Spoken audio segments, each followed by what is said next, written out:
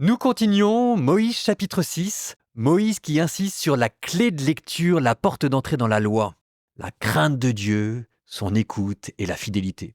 Ça reste du même génie spirituel, c'est splendide, on continue.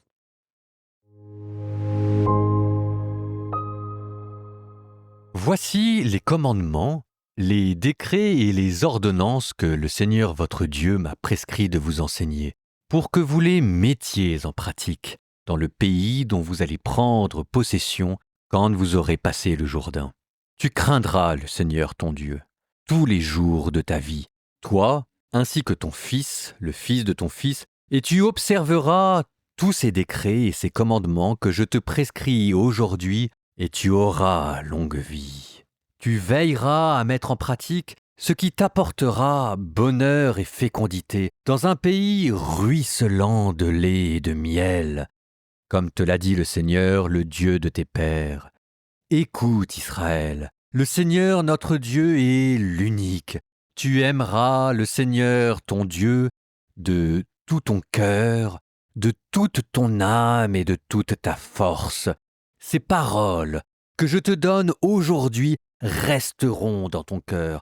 Tu les rediras à tes fils, tu les répéteras sans cesse, à la maison ou en voyage, que tu sois couché ou que tu sois levé. Tu les attacheras à ton poignet comme un signe. Elles seront un bandeau sur ton front. Tu les inscriras à l'entrée de ta maison et aux portes de ta ville, quand le Seigneur ton Dieu te fera entrer dans le pays qu'il a juré à tes pères, Abraham, Isaac et Jacob, de te donner.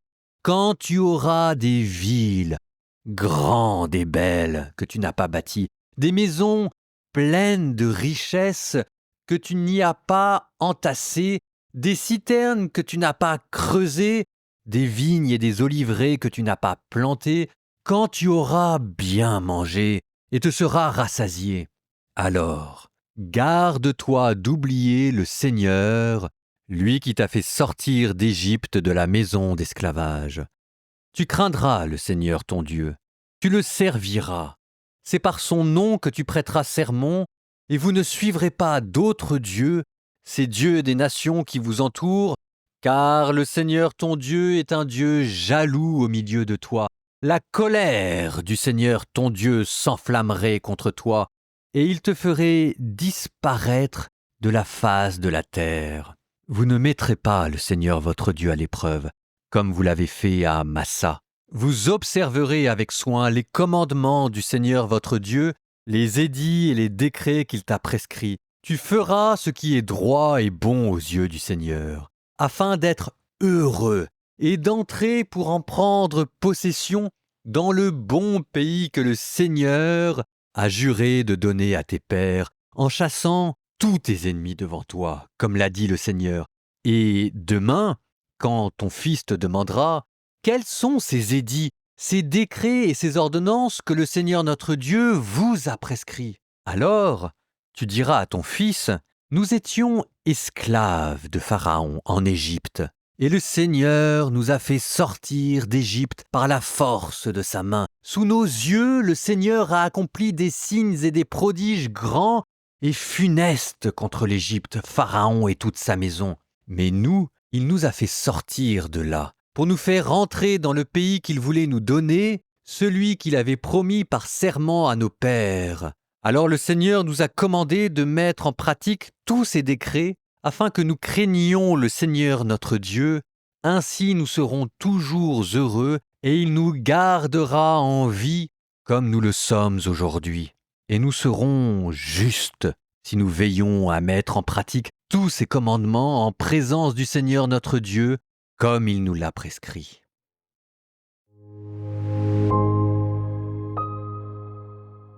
Vous venez d'entendre, au milieu de tout ce texte, peut-être l'avez-vous reconnu, que l'on appelle le Shema Israël. Écoute Israël, qui est la grande prière juive.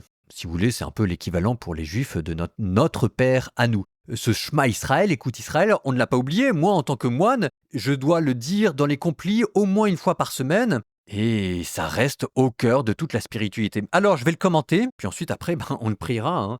Donc, le Shema Israël, verset 4, qui commence par « écoute Israël. Dieu qui s'adresse à son peuple pour lui donner en fait le premier commandement, écoute Israël. Et ici, l'écoute dont il est question, c'est une écoute particulière, c'est l'écoute avec le cœur. Ça veut dire qu'en fait, elle doit susciter la foi et culminer dans l'obéissance. Écoute Israël. Le Seigneur notre Dieu est l'unique. C'est le contenu du premier commandement, c'est de reconnaître l'unicité de Dieu, c'est-à-dire sa singularité, son aspect extraordinaire et le fait qu'il est notre Dieu. Et donc de le faire vivre dans notre vie. On ferait attention ici à la grandeur, l'unicité, la singularité de Dieu.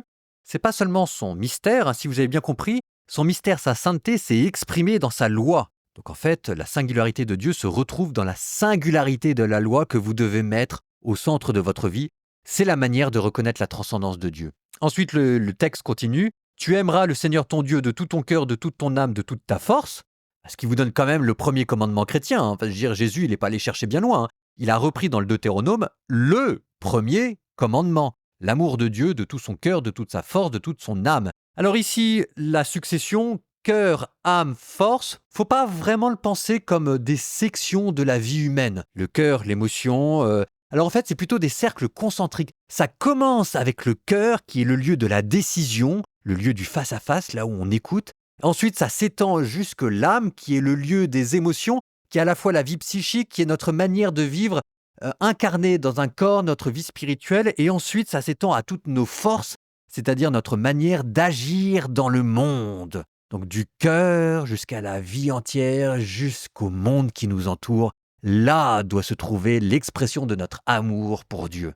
On continue. Ces paroles que je te donne aujourd'hui resteront dans ton cœur. Ça veut dire que Dieu continue de nous parler et qu'il ne faut jamais quitter ce dialogue. La manière d'appliquer la loi, c'est d'avoir Dieu en face de soi et de rester en train de lui parler. Voilà, ces paroles que je te donne aujourd'hui, de les écouter, de rester dans sa familiarité, elles resteront dans ton cœur. C'est-à-dire qu'ici, je n'agis pas simplement de pratiquer d'une pratique extérieure, avec son corps et ses gestes, mais avec son cœur.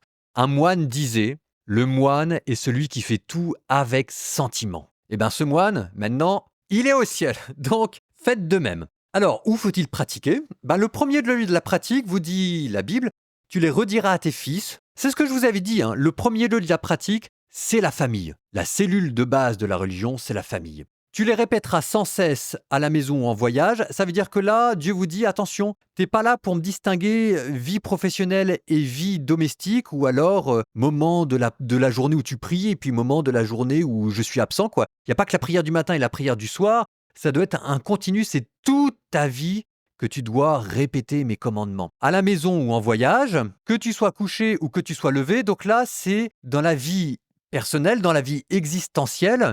Tu les attacheras à ton poignet comme un signe, elles seront sur un bandeau sur ton front, tu les inscriras à l'entrée de ta maison. Et là, c'est la vie sociale. Donc vous avez ces trois lieux de la pratique religieuse, la famille, la société, la vie personnelle. Alors je termine par une note plus folklorique, tiens. Tu les attacheras à ton poignet comme un signe, elles seront sur un bandeau sur ton front. Ça vous a donné naissance à ce qu'on appelle les phylactères.